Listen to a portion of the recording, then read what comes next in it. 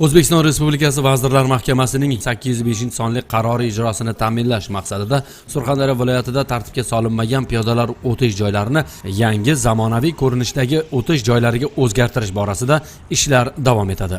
Navbatdagi manzil Jarqo'rg'on tumani Beshbuloq mahallasi hududidan o'tuvchi davlat ahamiyatiga ega D169 avtomobil yo'lining 1-kilometri oralig'ida joylashgan 36-sonli umumta'lim maktabi hamda tumanning Nurli diyor mahallasi hududidan o'tuvchi mahalliy ahamiyatga ega bo'lgan 75 v 018 avtomobil yo'lining 6-kilometrida joylashgan Prezident maktabi oldida qavariq piyodalar o'tish joylari tashkil etildi.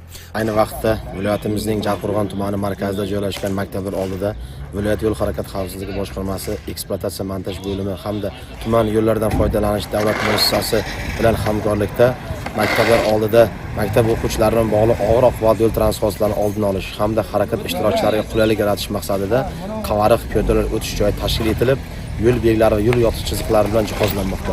Mana hozir sun'iy tekislik o'zimizda katta yo'limizda bolalar o'tish uchun qurilayotgan ekan. Buning uchun tashabbus ko'rsatayotgan yo'l patrul xizmatchi xodimlariga o'zimizda tashakkurnomamizni bildiramiz. Ota-onalar nomidan men gapiryapman. Sizlarga mingdan ming rahmat. Shu bolalarimiz eson-omon maktabga kelib ketish uchun shu sharoit yaratib berayotganingiz uchun mingdan ming rahmat sizlarga. Bu kabi chora-tadbirlar viloyat yo'l harakati xavfsizligi boshqarmasi tomonidan Qumqo'rg'on va Qiziriq tumanlarida ham maktablar oldida amalga oshirilmoqda.